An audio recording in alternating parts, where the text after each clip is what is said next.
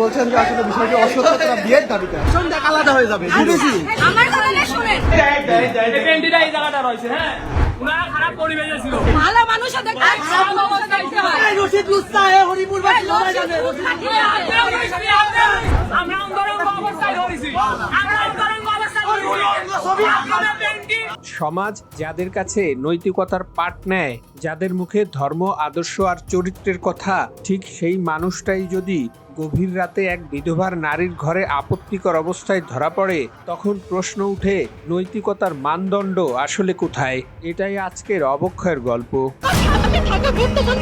মেয়েকে নিতে চাইছে, সেই জায়গায় মাকে নিয়ে ফোন করছে। আরে আপনার কথা বিশ্বাস করবি যে আপনি খারাপ অবস্থায় ছিলেন।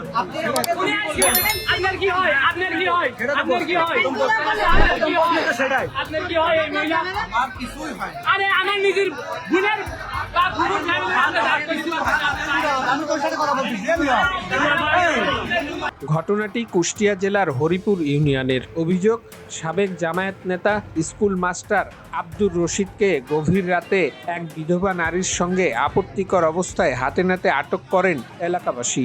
ঘটনাটি জানাজানি হতেই পুরো এলাকায় ছড়িয়ে পড়ে চাঞ্চল্য।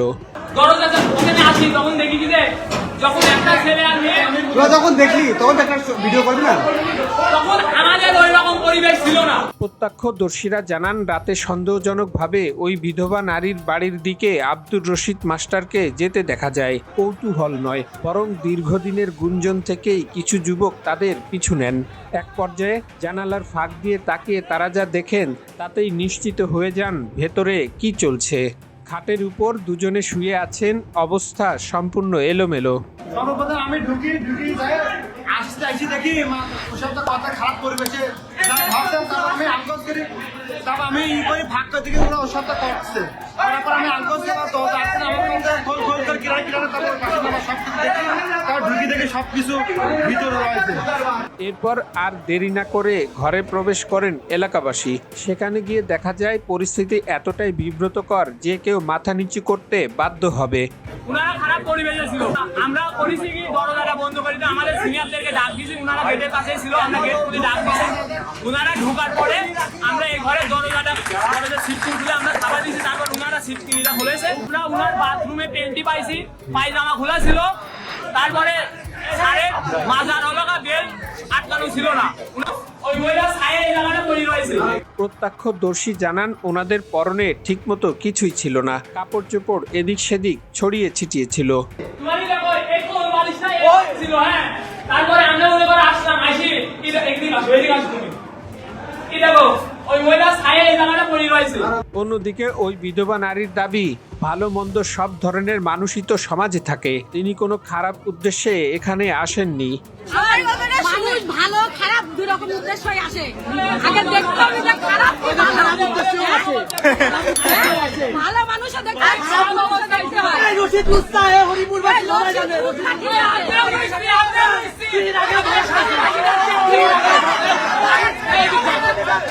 স্থানীয় সূত্রে জানা যায়, এই ঘটনা হঠাৎ নয়। দীর্ঘদিন ধরেই আব্দুর রশিদ মাস্টার ও এই বিধবা নারীর অবৈধ সম্পর্কের কথা লোকমুখে শোনা যাচ্ছিল, কিন্তু মুখে মুখে থাকা সেই গুঞ্জন সেদিন গভীর রাতে রূপ নেয় নির্মম বাস্তবতায়।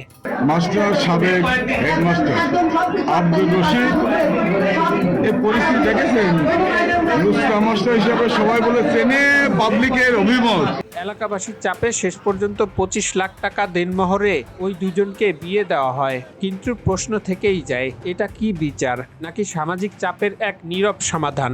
তাই কি শুধুই বিয়েতে শেষ হয়ে যায়? তুমি রাজি থাকলে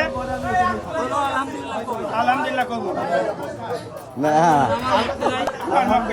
খালদা নিবাসী আব্দুর রবের কন্যা মুনি খাতুনকে 25 লাখ টাকা দেন। আচ্ছা, ওইটা করি না, তোমার সাথে বিবাহ সাব্যস্ত হবে। তুমি রাজি থাকলে বলে আলহামদুলিল্লাহ কবুল। আরেকবার বলো আলহামদুলিল্লাহ।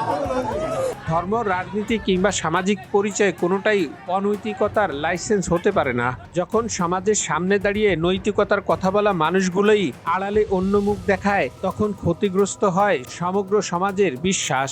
বিয়ে দিয়ে ঘটনা চাপা দেওয়া নয়, দরকার সত্য, দায়বদ্ধতা আর নৈতিক জবাবদিহি।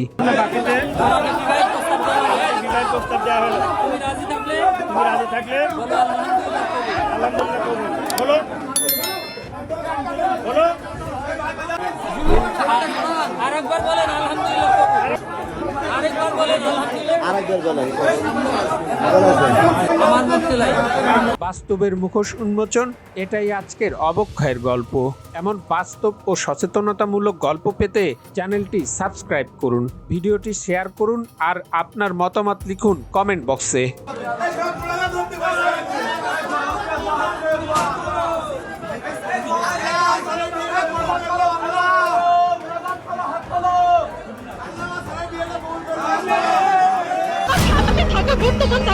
মেয়েকে নিতে চাইছে, সেই জায়গায় মাকে নিয়ে করছে।